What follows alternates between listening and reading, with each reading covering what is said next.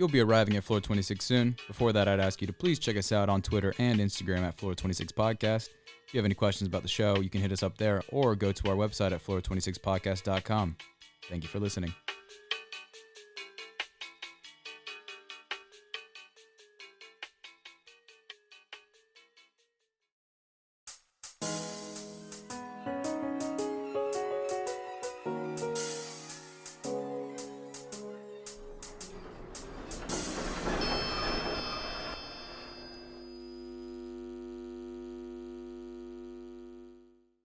Welcome, everybody, to another episode of the Floor 26 Podcast, the show made by young people for everybody. My name is Adam Duffy, and I'm joined by my co-hosts, Terez Hill. Hey. And over the call, back again, we have Jack Casey. Over the call. What's up, guys? How are you? What's up, I almost Jack? called you Parsa. Because Jeez. I was so ready. That is a very offensive thing to say. I almost called Adam. TJ Parsa, so it's not offensive to you, Jack. I just, because it rolls in really well. I'm like, my name's Adam Duffy, and I'm joined by my co-hosts. Jack, say it again. What'd you say? I said calling anyone Parsa is offensive. You or me, that's offensive. That's a slanderous term to call someone Parsa. I would hate. Yeah, you would hate to be. anything like You would that, hate to be man. 4'10", Y'all gonna make my head. With a Yeah, huge- 4'10", huge beard, blowing up stuff. Oh yeah, 100%. Doesn't do his homework, just goes on camping trips and misses podcast day.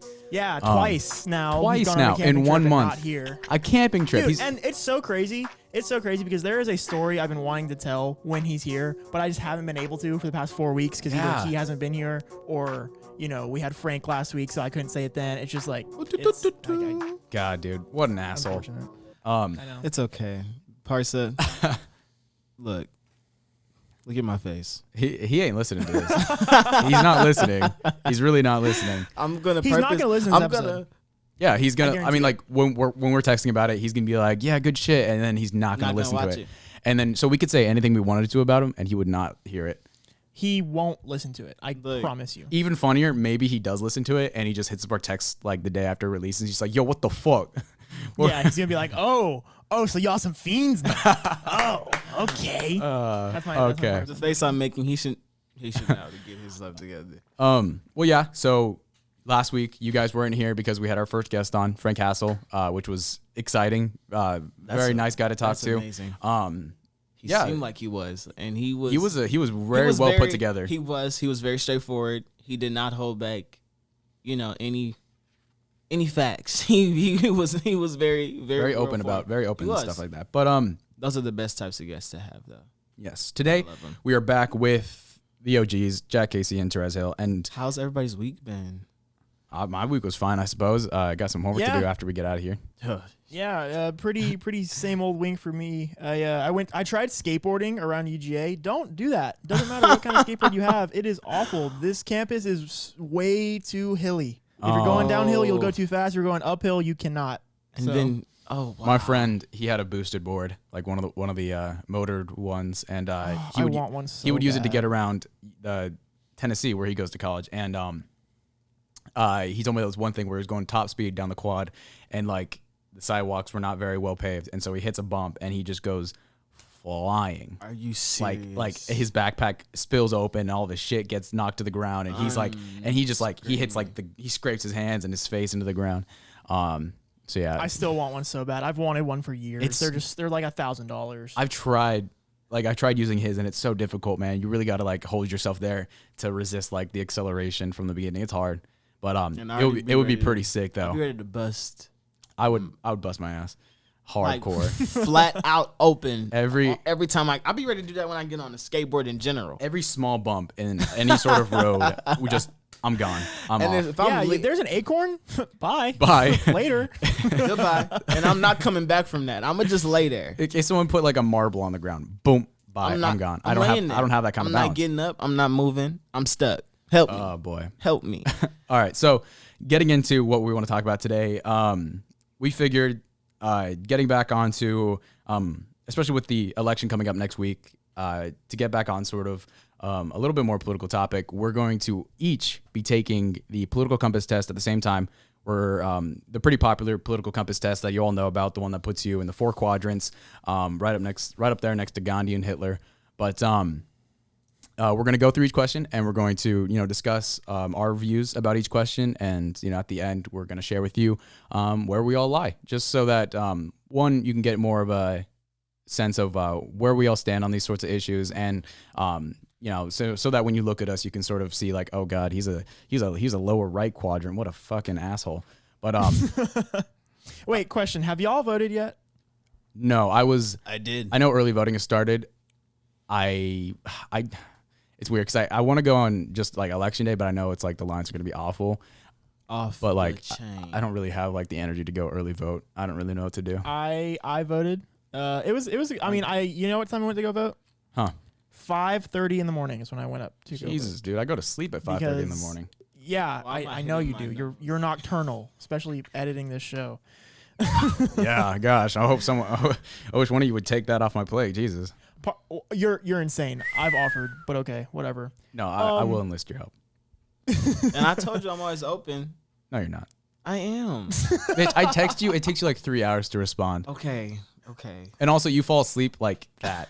I do because once after, if it's definitely a night that I've done an all nighter, I'm done. Yeah, and so like I'll hit you up. It's like, TJ, can you do this for me? And it's just like, nah. And it's also difficult because I edit the whole show, and then the part I want help with was like editing the little promo video, and that has to be done after I've finished the entire project, and so I'd have to like send it over to you. It's just too complicated. But moving on. We got time to do. Everyone has the political compass test open, correct? Yes. All right, open. It's opened up. Pray for me. I'll start with the first question. I'll start with the first question out of like, I don't know, like 30 or something. If economic globalization is inevitable, it should primarily serve humanity rather than the interests of transnational corporations. And so this sort of goes along with, I think, something I was talking about in episode 7 when we were talking about the debate and our relationship with China, how a lot of our jobs are going to be shipped to the developing world. And it's like something that is inevitable. Like, I mean, it says if economic globalization is inevitable, which I believe it is, then it should primarily serve humanity rather than the interests of transnational corporations. I think, my views on this are pretty simple. You put the word humanity in there, and I'm already, on board with it. So I'm going to I'm putting strongly agree. Yep. You can't count humanity out. Yes, because, we've seen how over the past, like, almost hundreds of years, really, how we have constantly fed the needs of multinational corporations to the detriment of most people around the world. At least, I think they do serve a good purpose in certain situations, but at least to countries like ours, we have seen how the benefit to these companies is typically detrimental to the people, especially in the recent few months where we've seen a lot of the government spending for aid going to bailing out corporations rather than going to the people. Yes. And we've seen the detrimental effects of that. But moving on, Jack, can you read out this next question? I would always support my country, whether it was right or wrong. I can go ahead and answer that. No, that is not. No, I disagree with that 1,000% because, just because I live here and work here and I'm under the government of this country, if they are doing something I don't like, I will not still support I them. won't support. I won't Personally. support that. Yeah, and I'm gonna put just disagree, not strongly disagree, because I did this as well. because I do have a little bit of like resistance to it, like, Because it's still our country. Not everybody here would necessarily be on that. I think that if you stop supporting your country just because they do something that you don't agree with, that like there has to be some middle ground where there. Yeah. Because you have to keep some sort of a relationship. but I definitely agree that I would not be stalwart in my beliefs to support my country no matter what they did. Definitely. So I'm putting disagree. Whatever you guys put. TJ, can you read the next one? No one chooses their country of birth, so it's foolish to be proud of it. First of all, I can't speak for everybody that say that, because I choose the United States, and I'm proud of it. We've overcome a lot, and we can overcome some more. So I don't necessarily agree with this one. I wish with this one there was like a I don't agree or disagree. Oh, dude. Because This quiz is so, like, it does annoy me a little bit because, one, these questions are phrased. It's like they should be, like, as unbiased as they can be, but I definitely can tell that even the phrasing of the questions They're is a little bit pushed in a direction, but then also I don't think, like, enough options really envelop the scope of what you could believe in. But this test is the most, well-known among people, and it's short and simple. So I definitely wish I could go somewhere in the middle, but ultimately, maybe like a maybe. Ultimately, I'm going to put a disagree because I do think that that you can be proud of the country you're born in, but I do think that has to be held with the idea that, being born in a country doesn't make you better or worse than anyone else who was born in any other country. It doesn't. No matter what the circumstances of those country are, because like the branding of like a national identity, although I think it's powerful to bring people together, is extremely detrimental when used to push people apart. So I'm putting disagree. You all ready to move on to the next one? Go ahead, take it away, Adam. Sorry, 1 second. And oh boy, our race has many superior qualities compared with other races. So obviously, I'm going to put strongly disagree. By our race, is it saying more our nationality or like me being white? That race? I think they would make the distinction of nationality. I think this is specifically race. Okay. Has many superior qualities compared with other races. There's nothing different between somebody based on your skin color. At all. Like yeah. I actually a little aside, but I was watching Lord of the Rings with my older brother Mike. That is my movie. I hope everybody has seen Lord of the Rings. I mean they're classics. Yeah, they're amazing. Goodness. I love the world. And we were talking about how I think it was in the first one, the Fellowship of the Ring, where the elves were being really hostile with the dwarves and they were all messing with each other. And then Mike made a comment, or my brother made a comment about like them being racist towards each other. And I saw that and I was like, well, it's not entirely the same thing, right? Where you look at the dwarves and the elves, they have completely different anatomies and brain structures. They do. The elves are immortal beings. They can live forever as long as they're not like killed in battle. And the dwarves are naturally inclined to, seek riches and stuff like that. They're and attracted I mean, to gold. the basis of how that was created is maybe has a little bit of dabblings in racism based on what J.R. Tolkien created. But you have to understand that, I mean, like dwarves and elves is like comparing almost like deer and gazelles. I don't know. Like they're similar, but they have completely different mindsets. When you live forever, like an elf does, you have a completely different value system of the world. You do. But there's no difference in a human being on Earth right now. There's no difference in our base anatomy. Like, I mean, there's differences, but there's no, like, we all feel the same things. We feel pain, we feel love, we feel, need and want. Like, people. There's nothing different. And we all go through emotions. Yeah, there's no, but like, so like in fictional world like that, saying that squabbles between these different fantasy races is racism it is not equitable to racism in today's world, which doesn't have any sort of real like basis like it would in a fantasy world. But that's just a little aside that I thought of after watching that movie. We can move on to the next question. I think I know what everyone probably put for this one. But the next one, Jack, please. Yeah, the enemy of my enemy is my friend. And honestly, I don't know for this. Like, it depends.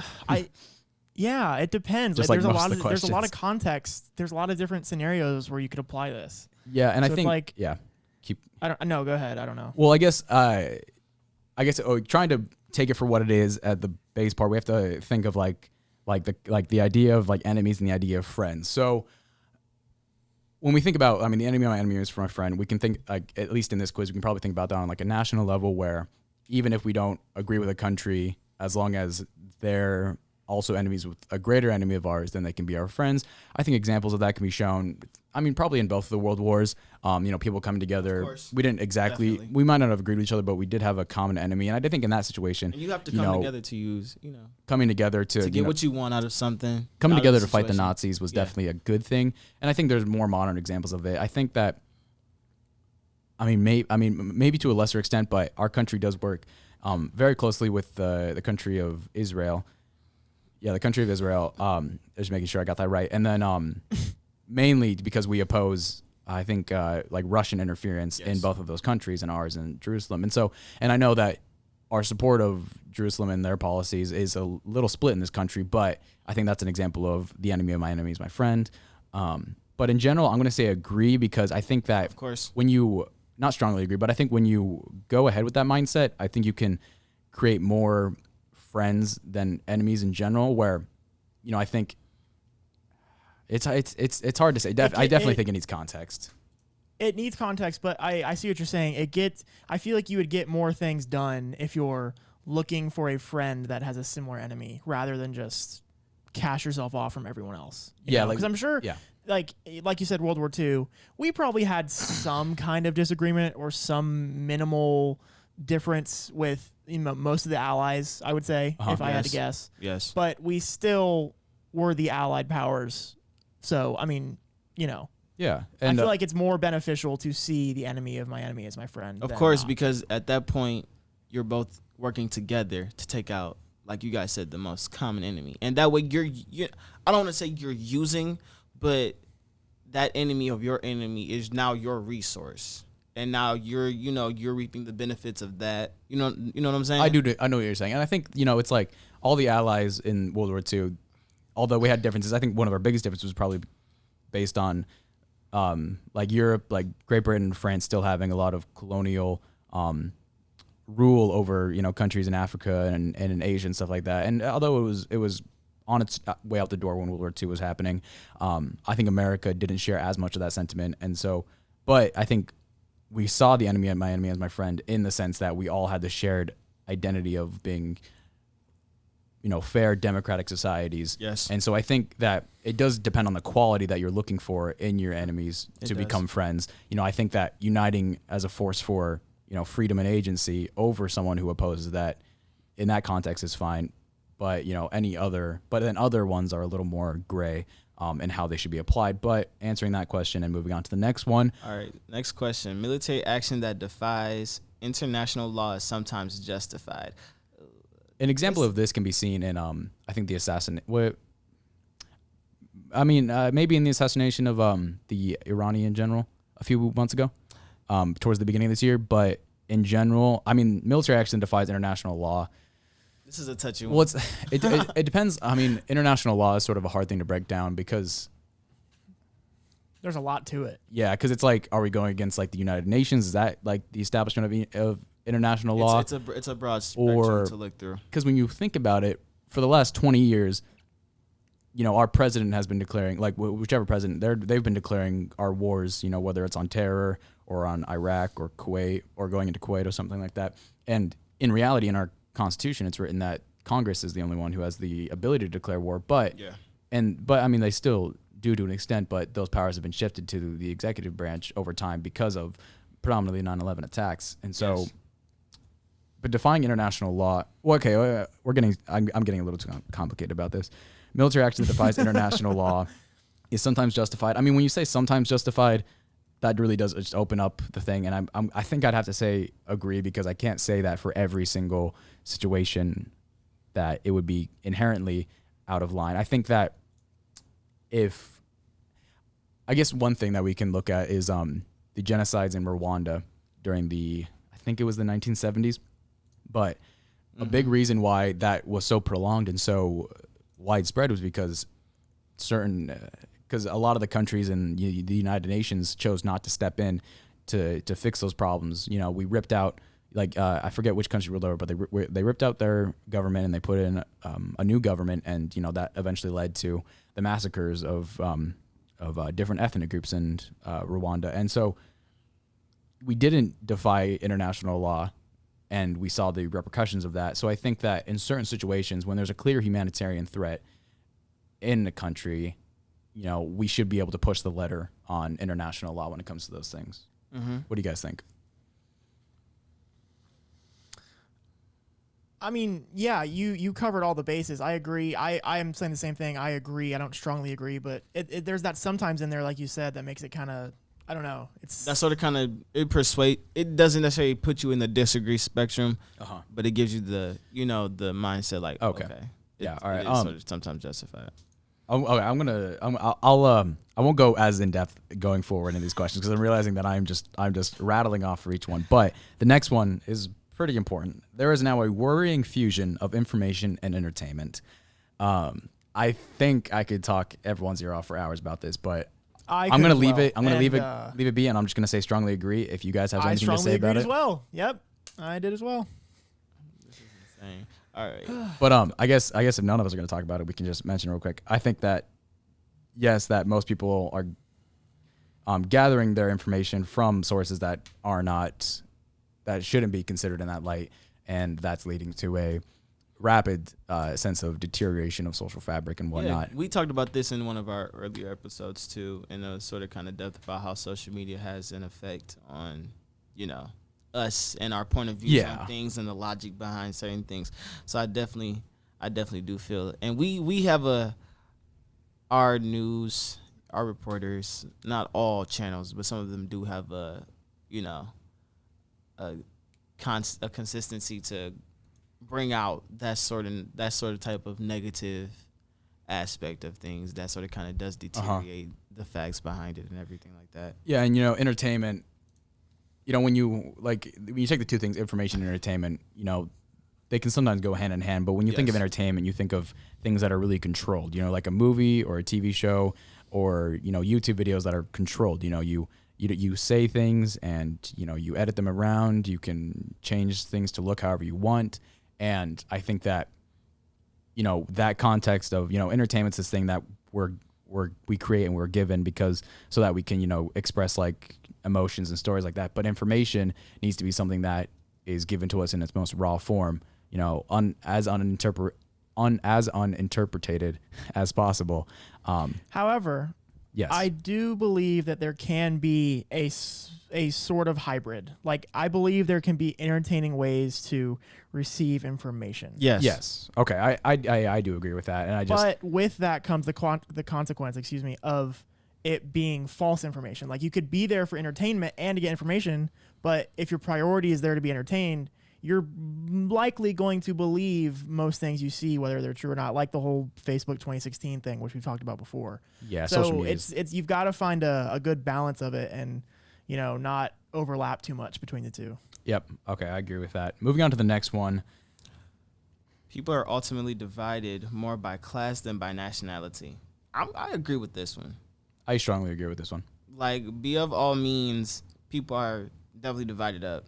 Yeah. By class more than by their nationality. Yeah, I would say that class is the biggest divider in our world right now. Yes. I think the first time I really thought of this was back in the 11th grade.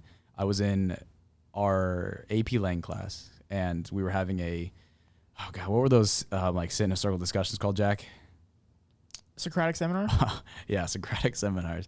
And we were talking about divisions of, I think, nationality and race in this country and in other countries. And I mean, Jack, if you remember me towards the beginning of junior year, I was a much different person than I am now, right? You could say that, yes. Yeah. I would say that. I was less open to talking, especially in something like a Socratic seminar. Yes, and that's very true. so I realized that because one, you had to say stuff to get a grade, and so I realized that I needed to say something, but I didn't just want to chime in like just some random comment, and so I tried my best to work up the courage to present this idea, and it went horribly. I sounded like an absolute buffoon, but what I said was something along the lines of that class is ultimately dividing us more by race. As we've moved in through the last 100 years, we've started to move away from a lot of the more archaic ways to divide ourselves, like race and nationality. And now it's all about the money, really. It's all about how much drip you got. How much drip you got. It. It's all the idea. And it's come to the point where if you're not coming to the table with the most high fashion materialistic things, then you're not going to be accepted. And when we think about the government,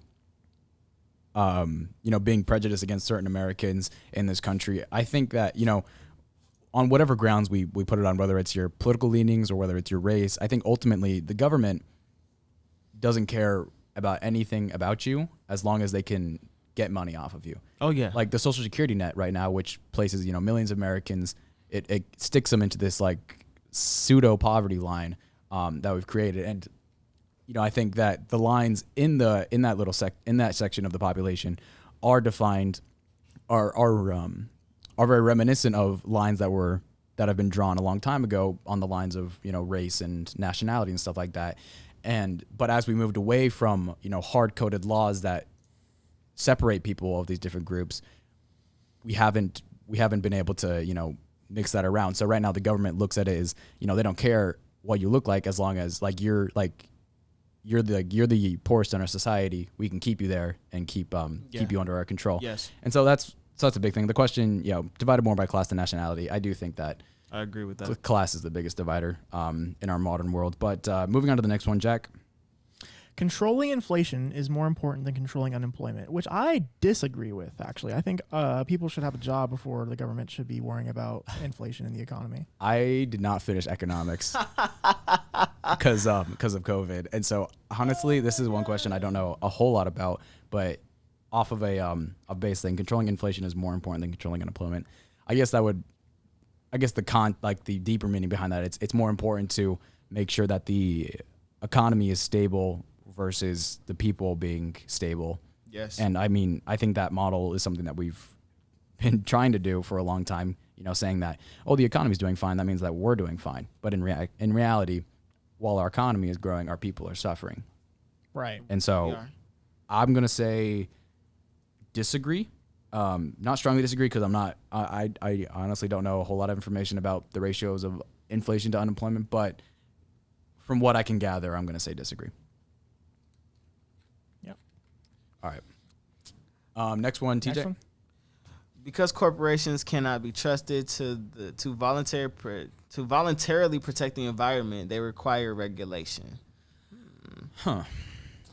Because corporations cannot be trusted to voluntarily protect. It sounds it's a little cynical, but it's a little cynical just to say that flat out they can't be trusted. But I think even if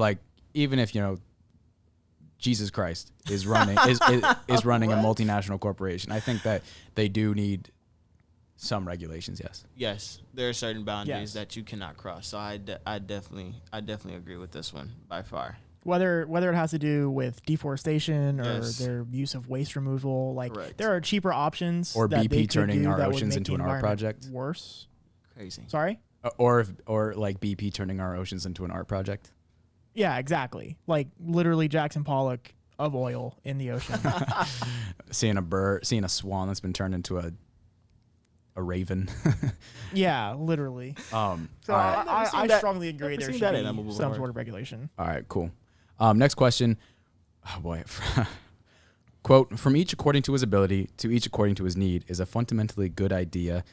This quote is sort of in its context, is sort of the, I guess you could say, slogan of a socialist society, or at least a society where everyone works as much as they can and is given only what they need, so that all people can be at the same. I was about to ask you to break this down for me. It didn't make much sense. Yes. But okay, So from each according to his ability. So you provide only as much as you can and you get as much as you need is a fundamentally good idea. I'm going to say strongly disagree. I could break down my reasonings, but what do you guys think? I need. Can you like break it down for me more? Yeah, I don't still fully understand it. Go. So basically, deeper.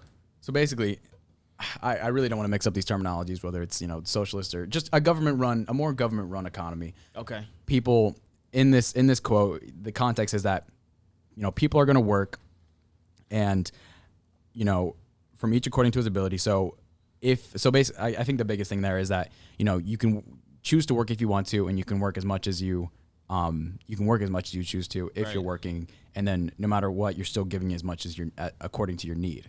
Yes. So that's you can break down like the more like simple like critiques of that, like it makes people could be lazy because they're still getting the same amount of stuff no matter how much they're working.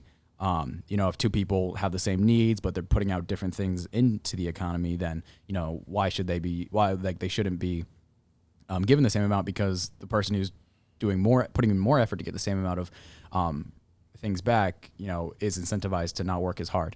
And I think that's a pretty simplistic view of it, but I do think that it's natural in human beings to have this sense of competition and this sense of ambition, where we want to see the results of our actions as we increase the effort that we put into our world. We want to see the reciprocal of that, of getting more from our world. And I also think that humans also have a natural tendency to want to pull each other up and hold be like cohesive and be kind to one another. And I think that this plays, and I think those two things need to be balanced really, really well if you're to create a stable society. And I do think that this quote indicates more on one side, where you're really emphasizing the idea that you don't want people to suffer. You want people to always feel like they're taken care of no matter how they work. Like that no matter what, everyone needs to be good to some degree. And then the other side being like, like if you only put in as much as you only get as much as you put out. And, if you don't put in anything, no matter the circumstances, fuck you, you don't get anything at all. And I think both of those things are wrong. And I think right now in our country, we have more of the different, that latter side where I said that we all too often don't appreciate the struggles of people in our country, and we sell them that, whether they have a job that isn't valued highly in the economy or they're unable to work for any reason, we don't have enough of a safety net for those kinds of people. But I do think that in general, most people who are working do get enough reciprocated benefit from that. And so, I think that a balance needs to be established. And, I had this thought, years ago, but one thing that, I saw, I guess like a year and a half ago now, was, when Andrew Yang presented the idea of a universal basic income, a small amount of money that'd be given to every American, no matter what. But that'd be all. Past that, you would just be allowed to participate in the economy to your ability, and you would get however much you put in, you would get out. And I think that is a good way to blend those two facets of human nature. Definitely. Of appreciating that everyone needs help and everyone needs to be put on the same level, at least initially, but then also that, trying to, rise above each other and compete, not to the detriment of other people, just because it's in our nature, that also needs to be appreciated. We need to be able to work hard so that we can grow our own wealth and stuff like that, but then also have that net at the bottom to catch us all. Yeah. But that's my long ass description of that. We can move on to the next question. I'll say it. The freer the market, the freer the people. And I'm going to... I don't want to talk, actually. Does someone else want to... Jack, what are your thoughts on this? Because I'm sort of kind of... I'm sort of kind of as well. I mean, yes, a freer market... These are all sort of kind of, because there's not much context for them. But I still have taken this test, however many times. But yeah, I don't know. The freer the market, the freer the people. It has to. It does tie into the last question a lot, where it's like it does. It's pretty much a sequel, and these are all economy based questions, by the way. If you guys didn't, that's realize true. that. This is the economy page, isn't it? Yeah. But I am going to say disagree to this, just because there's a lot of different scenarios where that's partially true, but it's also, I think, more not true than it is true. And it's like gosh, I always try to think of like visual analogies for these sorts of things, but it's like this might come off like horrible. I just thought of this, but imagine you have a tube, and it's filled with sand, and it's like a vertical tube, and all the sand is just sitting there, and that sand represents like citizens of a country. And then underneath that tube, it's hollowed on the bottom. You get like a leaf blower, and you stick it underneath you stick it underneath the tube, and the sand you turn it on, and the sand starts blowing up and down, always circulating around as it reaches up and then falls back down and then reaches back up. And that's what you can sort of think of as a really free market, where everyone is always, climbing and falling and climbing and falling and stuff like that. It's a constant cycle. And then, the opposite. So like the more air you're putting into it, you could say the freer it is, and the more movement there's. But there's a detriment to that where, it can be extremely volatile. People can, fall like really rapidly, and, they can lose their livelihoods, and, maybe if like they get unfortunate enough, they can fall through the sort of airstream and they can just fall completely out of the tube. And that's what we don't want that in a society. We don't want that. And so what we need is like some sort of like a little mesh film somewhere towards the bottom of that tube, where, it'll catch all the sand that is unfortunate enough to fall out of the tube completely, but the air can still move through it and move around the sand. But no matter what happens to the sand being thrown around in the tube, lots of sand. You can't fall out of the tube, Does that analogy make sense to you guys? Yes. It did it first, then you kind of lost me, and then I came back. No, I do see what you're saying. I'm sure the audience is just like, what is this guy saying right now? This is such an idiot. It's okay, guys. It's okay. I'm going to say just an agree, just a normal agree. But I really do stand in between those two. Yeah. If they gave a little bit more in depth about the statement, then I mean, it's meant to be like yeah, because it really makes you think, and I think that's really the purpose, to get you to think more in depth about stuff. But on to the next question. It's a sad reflection on our society that something as basic as drinking water is now a bottled, branded consumer product. I disagree. I disagree. I disagree as well. I don't think it's a sad thing because we do live in a consumer age, like A consumer economy. Yeah. yes. So it's like we regardless if it's water or not, what I'm learning about our country is that we will find a way to make money out of whatever is necessary. Yeah, you can make money selling to make it. sure that we benefit from it. And I'm sure like when a Central American country or like some country in the Caribbean gets blasted by a hurricane, right? You know who helps them more than the U.S. government? Dasani. Coca-Cola, Dasani. Thank you. Yes, Yes. exactly. Like I'm Yup. sure they are very appreciative that, Yes. that bottled water is a thing. Yes. When those storms come, because the government is not going to help them. And At even all. if the government does help them, you know what they're going to send them? Some little shit. Some Dasani. Like they're going to send them Dasani. They ain't even gonna come see, there to see them. I- They just gonna send them stuff, and then be on their merry way. Yeah, Jack. That's true. I do think that there are some things like this, but the example it gave, like a bottle of water, no, I disagree with that. But there are some things that are sold and that are basic things that I agree with is kind of sad as a reflection of our society. But bottled water, the example it used, I disagree. Yes. But I feel like there are other things if I thought about it. Yeah, I think the broader context of marketing, every facet of our anatomy and our livelihoods does have in some realms is bad, and I do think that we could be more open about them and have less restrictions, especially. I won't get further into that. Next question, similar to the last one, land shouldn't be a commodity to be bought and sold, and oh boy. I disagree with that. I mean, There's real estate, I there's disagree. land I plots, disagree with it. there's- Yeah. You should land. I mean, that's I mean, what the it's there ownership of for. land has been something that's been integral to human beings since we became Homo sapiens. And although, Yes. it's been the thing that's facilitated, a lot of that divide by class kinds of things, having, serfs work the fields, or even today, having, factory workers work the factories. Yes. That's sort of there's a trail between those two. But in general, I do think that,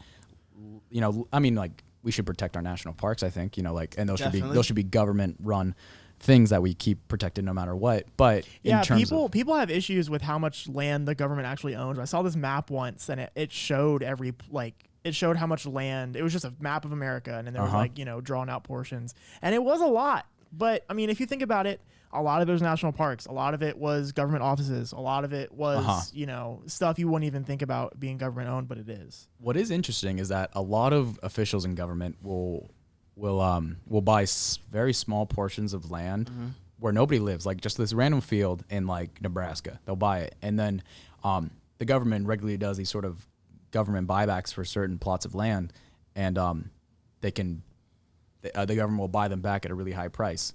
And so, like, government officials knowing like exactly which plots of land they should look into. That's how a lot of these politicians get really rich.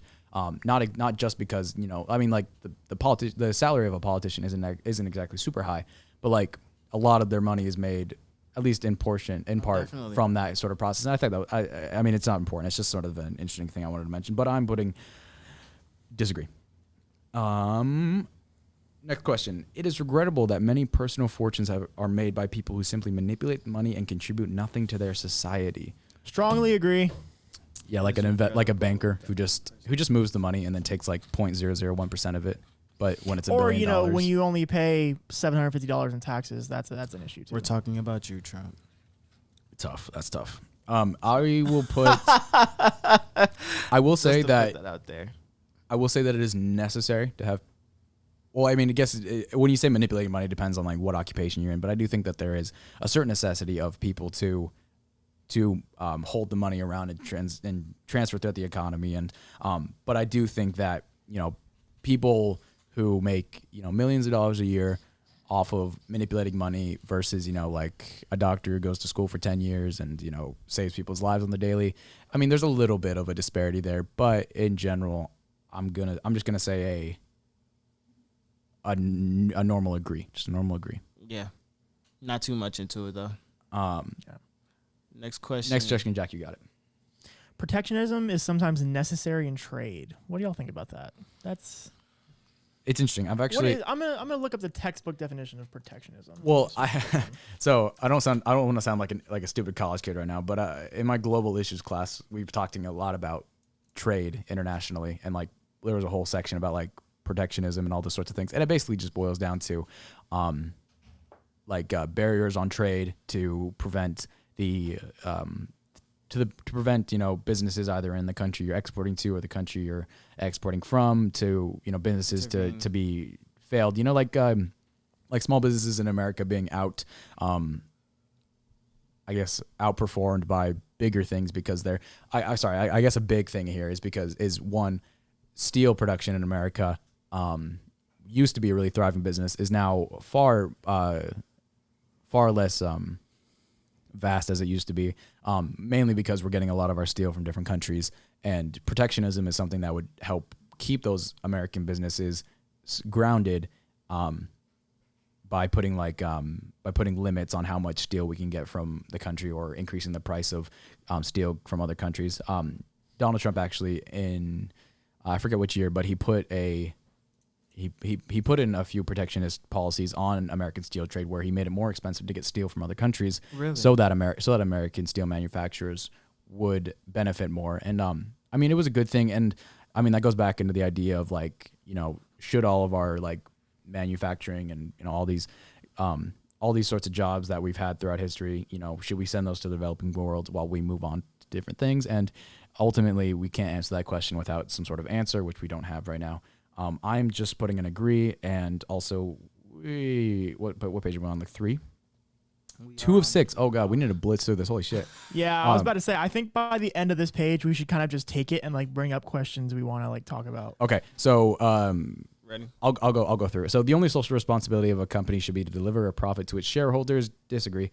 All right, now, guys, you stop me if there's a question you particularly want to talk about. Okay. Okay. The rich are too highly taxed. No. I'm gonna put a normal disagree or maybe a strongly disagree on that. I'll put a normal disagree. This is something I need to think about, but impulse disagree. Don't take it as gospel because I need to look through that question more. But those with the he just turned into Sonic, bro. He's like, yo, okay. I'm sorry. Those with the ability to pay should have access to higher standards of medical care. Agree. I agree. Government should penalize businesses that mislead the public. Agree. Yes. A genuine free market requires restrictions on the ability of predator multinationals to create monopolies. Agree.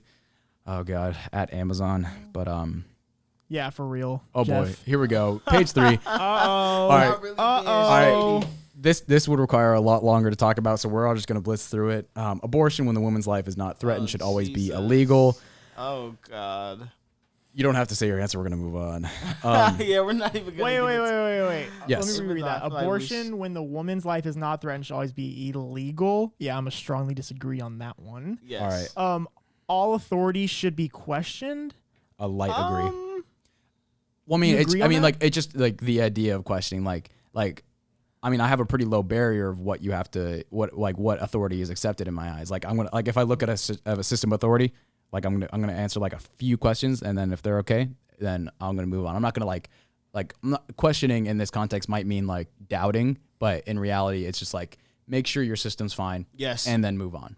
But like but not move on, but like I have a low threshold for what's acceptable in authority. You just have to be somewhat competent, and if you mess up, then I'm gonna call you out on it. But for the most part, like don't worry about being perfect because it's not feasible. So I'm just gonna put a light agree because I don't think we should just like say, hey, there's a new system of government, whatever. We don't need to look at it, but I don't think that we should always scrutinize extremely heavily on these sorts of things. All right, an eye for an eye and a tooth for a tooth. I mean, obviously, it's not being literal. It's being more of a fair trade type thing, I'm assuming, right?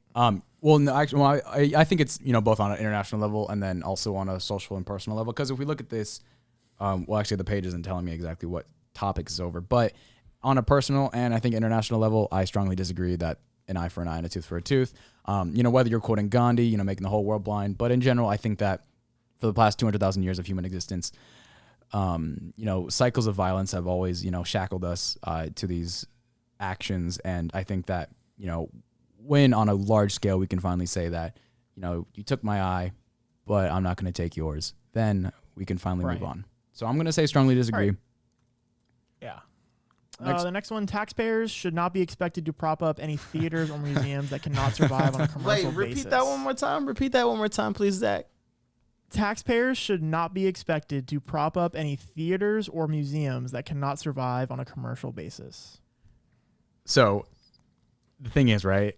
If a local theater can't put on like shows and get enough ticket sales to prop themselves up, I might be a little less like we should prop them up kind of thing, because I don't think they're as, I do think they're powerful forms of art, and in local communities they're good at, helping keep, people engaged, and those are important things, like small businesses like that. But museums, I think, it depends on the museum, but I think museums, the preservation of our history and stuff like that, and the education of our public, I think is pretty important moving into the future. And so I do think that in some way we should prop up these things slightly, but also we should mainly just be encouraged to. We should try to shift our mindset to a mindset of, these local museums and theaters are important aspects of the American mind, and we should try to preserve them, but we were not going to force them to be propped up, I don't think.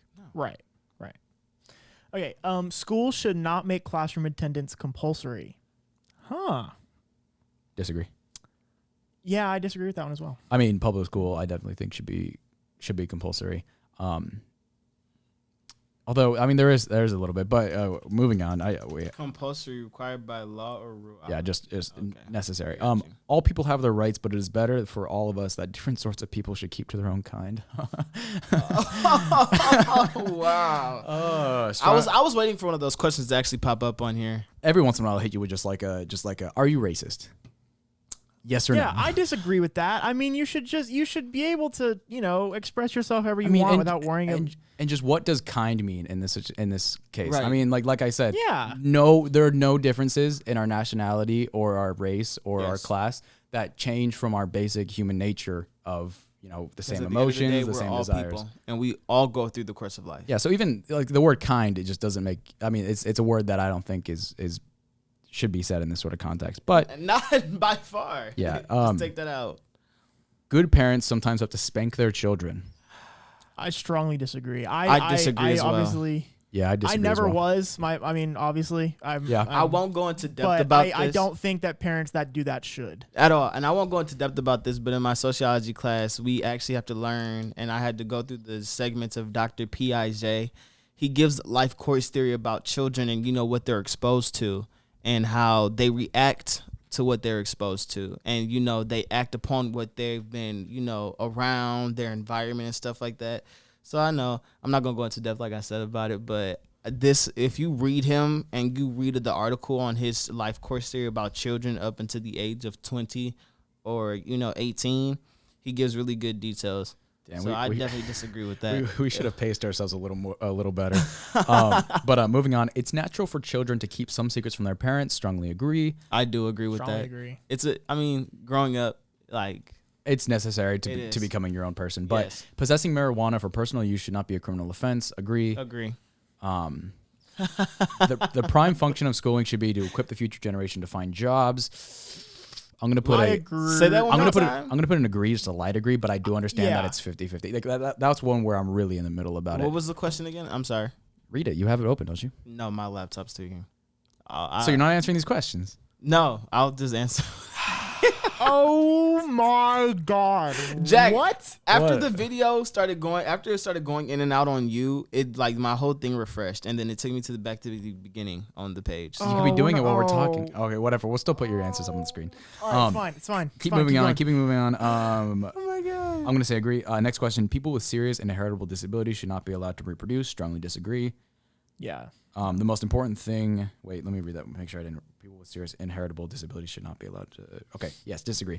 The most important thing for children to learn is to accept discipline. Disagree. Disagree, I but there's a disagree. question like this later on that I will say agree to.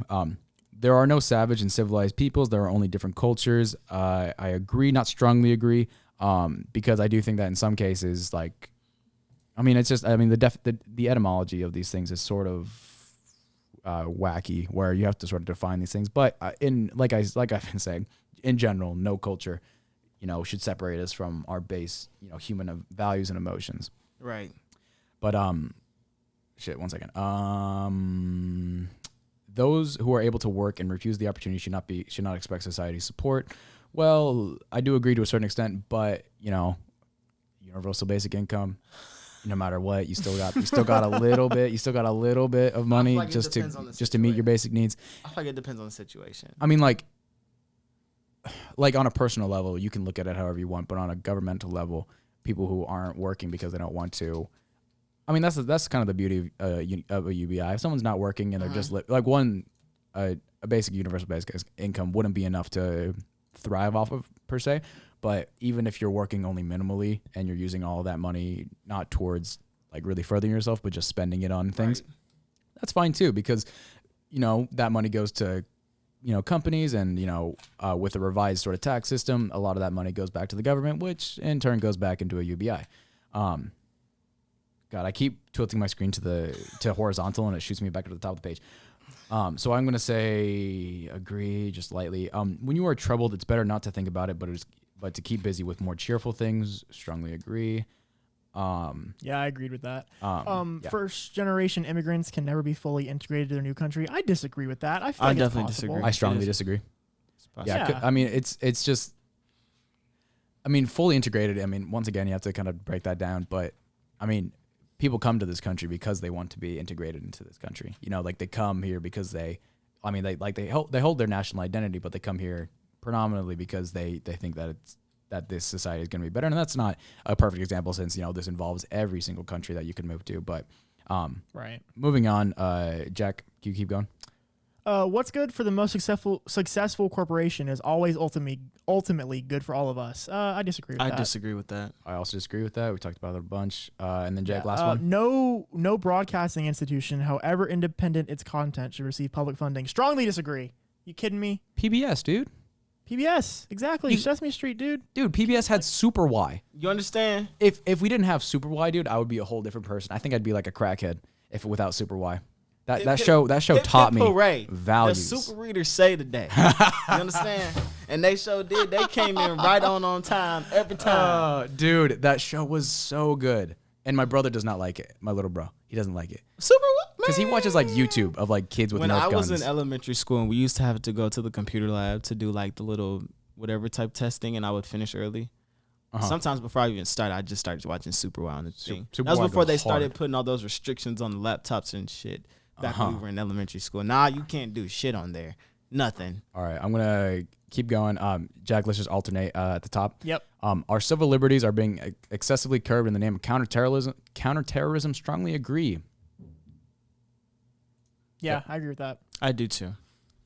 A significant advantage of a one-party state is that it avoids all the arguments that delay progress in a democratic political system. I disagree with that. I also disagree with it. Because Well, because it's one party doesn't mean people are going to have different opinions. And actually, it's an interesting thing, because it's saying that a significant advantage of a one-party state is that it avoids all arguments and stuff like that. So it's saying that that's a characteristic of a one-party state, which I do agree with that is a characteristic of it.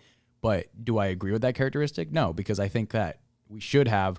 I mean, everyone says our government is slow as fuck, but I think that is, in part a necessary part of the process. I do think we could speed it up a little bit, but, Right. talking over issues and making sure that all bases are covered is an important way of keeping a country thriving. One-party states have typically not lasted very long. Look at all one-party state. I mean, I don't know if there's any modern examples of a one-party state that's not like a dictatorship or something like that, but I could be wrong. Next question. Although the electronic age makes official surveillance easier, only wrongdoers need to be worried. Strongly disagree.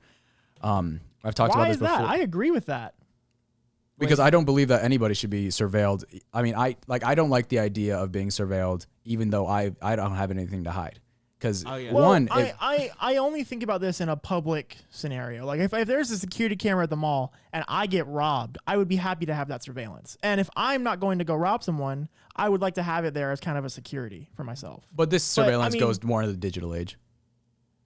Like with like your search, like what you search online and like what you're like who you're interacting with. And I mean, we could go back into like the social dilemma, but I think a big thing is that data that they can track us with, can be sold to companies so they can market their products to us, and we are their product. Yeah, and those products, can be sourced from a point of human suffering. That makes more sense. Moving on, the death penalty should be an option for the most serious crimes. Wow. I'm gonna say disagree. Yes, I do. I mean, I think that rehabilitation should be an option. But should be our right. I think it should be only like our last option. Probably even past like our last option. Like it should be our last option. Yeah, I don't think that should definitely be the go-to, because I mean you've already gotten them into the system, and now you're trying to. I think that it's just like, I mean, people will say like, whatever's most efficient, whatever costs us less money. And, I on one half, I guess I could agree with that, just whatever, is like, whatever is, most efficient to like our economy and whatnot. But I also think that on a humanity level, we should always seek to find find rehabilitation in people, no matter what they do. But I do understand that is necessary in some cases. Jack, next one. In a civilized society, one must always have people above to be obeyed and people below to be commanded. I agree with this. I agree. I believe that someone should always be in check, but also have their responsibilities as well. Yeah, like I said, they're all like it's natural in human beings to always want to, rise up. And as long as we, don't do that to a detrimental level, then I think it's a good thing to feed. Abstract art that doesn't represent anything shouldn't be considered art at all. I disagree. I strongly disagree. Yeah, strongly disagree. Yeah. I mean, art is art. It's natural to human beings. It's whatever you want it to be. In criminal justice, punishment should be more important than rehabilitation. Disagree. Criminal justice punishment should be. It's a waste of time to try and rehabilitate some criminals. I disagree with that. I disagree as well. Rehabilitation. I disagree. Rehabilitation is a major. It's phrased a little strangely, but moving on. The business person and the manufacturer are more important than the writer and the artist. Oh boy. I mean, that's exact. Like that's truly like 50-50. Like I disagree with that. They're all balanced parts of our. The business person and the manufacturer wouldn't have a job without the writer and the artist. And yes, it goes both ways. Like the writer and the artist wouldn't be as successful if they didn't have someone to manufacture their product or promote their product. Yes. But I feel like the writer and the artist kind of is the baseline, and without them, there wouldn't be anyone. Yeah, I saw kind of a funny quote a few weeks ago on Instagram. It just said like, we need liberals to create companies, but we need conservatives to run them. Yes. And I mean, it's pretty off topic, but I do agree that both of them are important to a stable economy. So I'm going to say disagree. But mothers may have careers, but their first duty is to be homemakers. I'm putting a light disagree on that, not strongly disagree. Multinational companies are unethically exploiting the plant genetic resources of developing countries. I agree. A big example of this is China creating coal and oil factories in Africa. So that because to Africa that grows their economy, but also puts them sort of in the palm of China's hand, you could say. Just gives them more control over them. And so multinational corporations. I mean, really, the Chinese government is a multinational corporation, but also Amazon is sort of doing this, and other national. Making peace with the establishment is an important aspect of maturity. I strongly agree. I agree with that. The establishment is. It's like what, because like the meaning of it's like an important thing, but I think the establishment in anybody's mind should just be like the set rules of the world that shouldn't be changed, and should be followed, and then everything else around that is up for interpretation. And I think that is the establishment, and that is important to understand. But next page, oh my God, we're on what, 5 out of 6? Okay, astrology accurately. We're good. Astrology accurately explains many things. Disagree. Not strongly disagree. Disagree. It explains it has a possibility to have some sort of explanation with some things, but not accurately and not everything. I mean, astrology. I mean, like when you're studying, like if a meteor is going to hit Earth, then astrology is important. But like star signs. I mean, like typically, never mind, I'm not going to go into it, but you cannot be moral without being religious. Strongly disagree. Strongly disagree. Charity is better than Social Security as a means of helping the genuinely disadvantaged. Interesting question. I'm actually going to put agree as of right now, because right now what we see is that charity is pretty much tied with Social Security, I'd say, and how much it benefits disadvantaged people. It's huge. It's Bill and Melinda Gates splitting their income and giving it out to charities is pretty much comparable to what the government is effectively doing to other countries, disadvantaged people and our own. But some people are naturally unlucky. I mean, that's just a given. I agree. I guess it can, like, in certain contexts it's a little more complex, but yeah, people are unlucky. It is important that my child's school instills religious values. I strongly disagree. I disagree with that. Strongly disagree. Oh shoot! I just sexy realized. time. Okay, 1 second. Finally, look at sex. Sex outside marriage is usually immoral. Just a light disagree. Be careful, but I don't think you have to. Don't. As long as you're being protective, I believe it's okay. A same-sex couple in a stable, loving relationship should not be excluded from the possibility of adoption. Strongly agree. Strongly agree. Pornography depicting consenting adults should be illegal for the adult population. Light agree. There's some fixes we need to the system, but I generally agree. What goes on in a private bedroom between consenting adults is no business of the state. Strongly agree. No one can feel naturally homosexual. It's a little harsh. I'm going on disagree, veering on strongly disagree. But these days, yeah, I disagree with that. Yeah. Okay. Yeah. These days, openness about sex has gone too far. I do agree with that. I do think that, it's a thing that has become too. It has become a little tokenized in our society. I think that there is certain value to it that I think that we have lost and that we should try to return to, but ultimately, I am for it being more open and not such a sensitive topic, but I am also for it being private and reserved at the same time. Yeah, it's not like everybody on their private snaps. Showing something different. Exactly. You're showing me something different every week. I think there should be some reservations, but don't nobody want no loose goose. At about an hour time, now let's see where we stand. TJ, you'll have to take this later so that we can see I went back and redid it. All right, so you're ready? I'm ready. All right, so so just a basic breakdown. So the first thing you're going to see is just the basic breakdown of the chart, with the y-axis being at the top authoritarian, at the bottom libertarian, and the x-axis being on the left is the left, and the right is the right, and that is based on it's like a economic left or right, and then social authoritarian or libertarian. Then it gives you a bunch of examples of famous people throughout history and where they would think they would land on this scale. And then the next one is your personal score. Who wants to go first?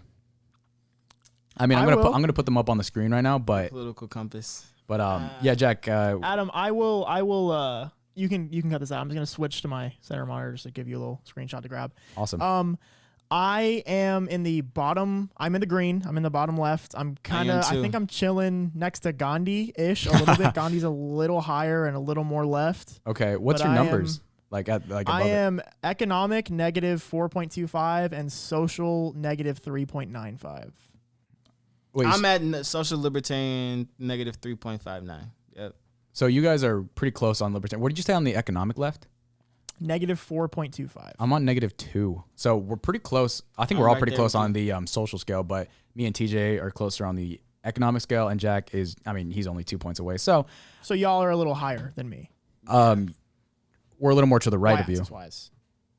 On the x-axis. Right. You're more to the right. Correct. And then we're slightly lower on the y-axis. I don't know. It doesn't matter. I'll look at the screenshots. But so take screenshots. Well, we will later. Don't worry about it. Okay. But so ultimately,